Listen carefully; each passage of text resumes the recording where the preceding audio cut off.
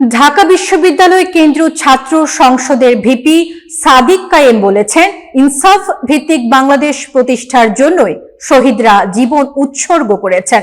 তিনি বলেন, দেশের রাষ্ট্র সবসময় আধিপত্যবাদী ও আগ্রাসনবাদী শক্তির কবল থেকে জনগণকে বঞ্চিত করেছে।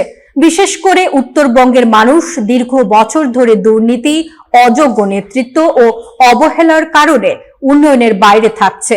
বালিয়াডাঙ্গি প্রতিনিধি মোহাম্মদ কামাল উদ্দিন জানান, শনিবার বিকেলে বালিয়াডাঙ্গি উপজেলা ক্রীড়া সংস্থা মাঠে অনুষ্ঠিত এক সমাবেশে তিনি আরো বলেন, এই অঞ্চলের অনেক মানুষই আগ্রাসনবাদ ও অন্যায় বিরোধী অবস্থান নিয়েছেন এবং কেউ কেউ জীবন উৎসর্গ করেছেন। তিনি জোর দিয়ে বলেন, দেলোয়ার হোসেন সাঈদী আজীবন দালাল, ফ্যাসিবাদ ও বাকশালের বিরুদ্ধে কথা বলেছেন। সাদিক কায়েম সতর্ক করেন, আসন্ন নির্বাচনে নেতা পদাধিকারীরা উন্নয়নের প্রলোভন দেখিয়ে ভোট চাইবে, তবে ভোটের পর জনগণকে ভুলে যাবে।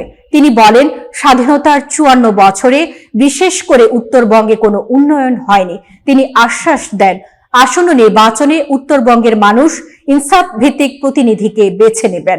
ঠাকুরগাঁয়ের উন্নয়ন প্রসঙ্গে তিনি বলেন, এলাকায় ইপিজেড স্থাপন প্রয়োজন, যা ঠাকুরগাঁয় 2 আসনে মাওলানা আব্দুল হাকিম নির্বাচিত হলে বাস্তবায়িত হবে।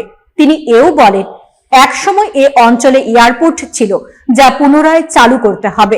এছাড়া শিক্ষা ও স্বাস্থ্য ব্যবস্থার উন্নয়ন, শিশু ও শিক্ষার্থীদের অধিকার নিশ্চিত করা হবে। অনুষ্ঠানের বিশেষ অতিথি ছিলেন জুলাই আন্দোলনের সংগঠক ও কেন্দ্রীয় ছাত্র শিবিরের দপ্তর সম্পাদক সিবগাতুল্লাহ শিবগা। তিনি অভিযোগ করেন, চাকরির প্রতিশ্রুতি বাস্তবে পালন হচ্ছে না এবং যুবকরা বেকার অবস্থায় রয়েছেন।